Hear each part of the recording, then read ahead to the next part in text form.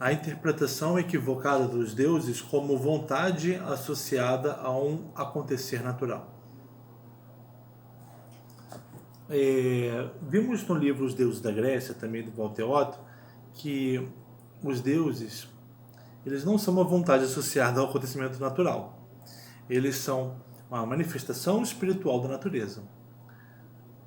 Eles não são uma vontade de um lado, uma vontade que está de um lado, e uma natureza, um acontecimento natural que está de outro. Não. O acontecer natural já são os próprios deuses.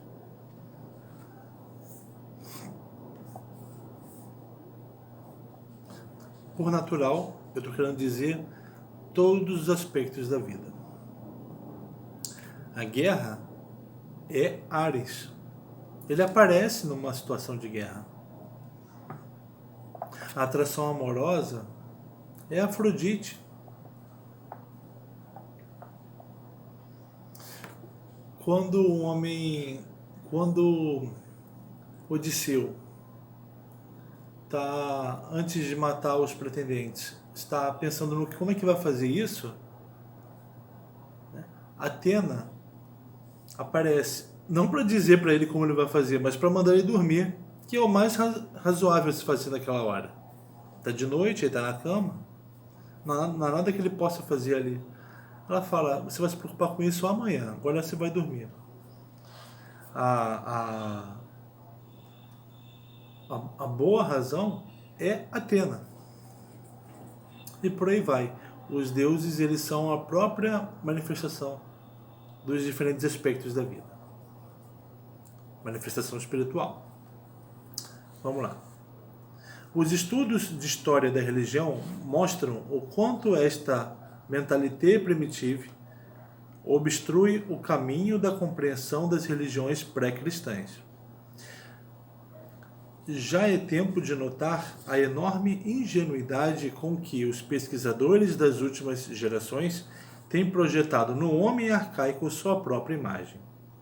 Assim como eles não conseguiam ver nos cultos mais antigos outra coisa que não primitivas operações técnicas, as imagens dos deuses se lhes converteram em pálidas concepções pré-científicas dos fenômenos naturais, que nos são também notórios e somente por nós vêm a ser interpretados corretamente.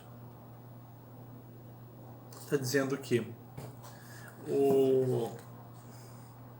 para aqueles que adotam a ideia de que as religiões pré-cristãs são uma mentalidade primitiva, essas pessoas estão se projetando no passado e vendo o passado uma versão inferior de si mesmo.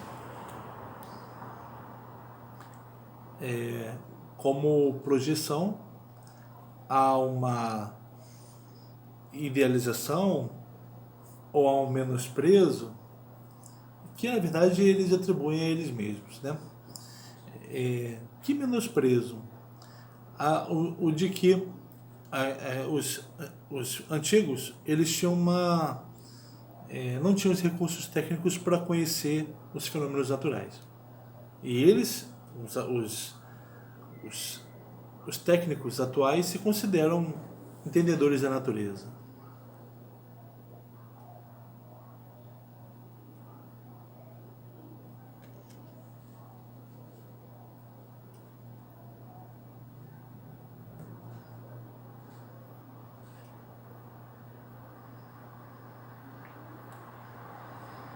E para esses homens, os deuses são concepções pálidas, ou melhor, erradas, dos fenômenos naturais. Vamos lá. Por isso, até o dia de hoje, as análises científicas da religião grega estão todas cheias de deuses da vegetação, deuses de fenômenos meteorológicos, deuses do ano,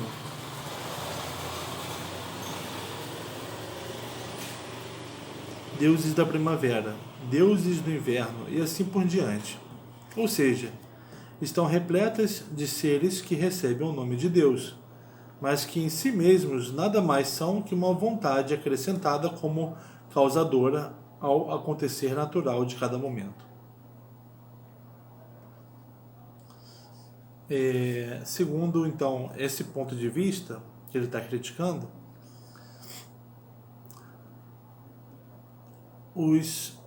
as religiões pré-científicas consideravam que em cada fenômeno natural havia um Deus, a vontade de um Deus agindo. Então aí é uma multiplicidade de deuses, né?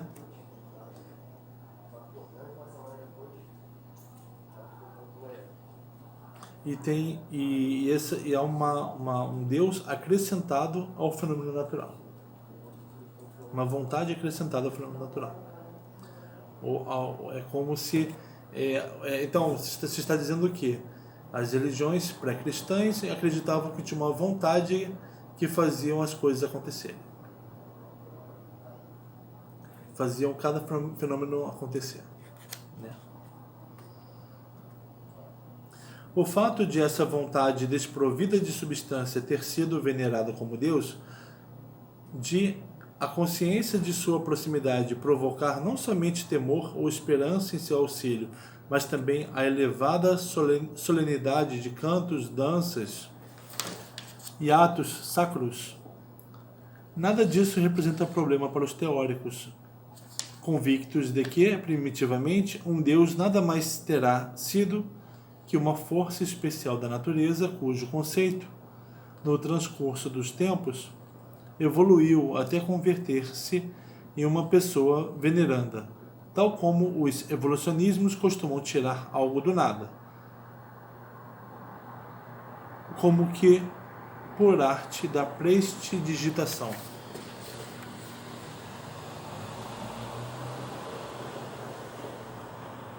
Então, se atribui uma vontade sem substância agindo em cada fenômeno.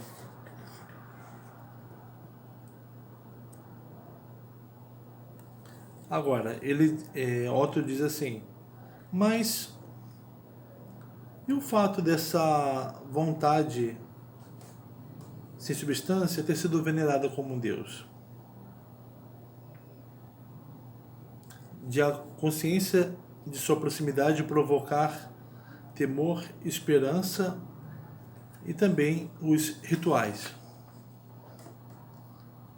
Isso não chama a atenção desses teóricos?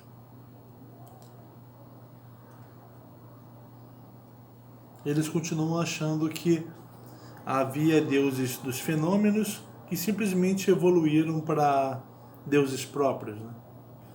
O fato de que, desde o princípio, a ideia de Deus devera pertencer a uma dimensão ontológica distinta de todas as noções de causa e efeito, e jamais teria surgido na mente de um ser humano se o próprio Deus não se revelasse como tal, não entra em linha de conta para os estudiosos, visto como, para eles, constitui um fato irrecusável que somente a religião moderna tem direito de falar em uma revelação divina.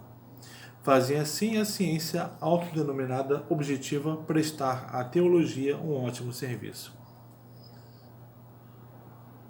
Então, repetindo a ideia do parágrafo anterior, a ideia de Deus constituindo uma dimensão ontológica distinta de todas as noções de causa e efeito. Não ocorre a esses teóricos que a ideia de Deus não tem nada a ver com a ideia de causa e efeito, uma ideia de vontade que causa um fenômeno.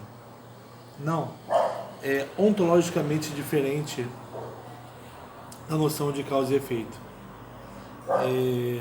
Deus tem um outro modo de ser.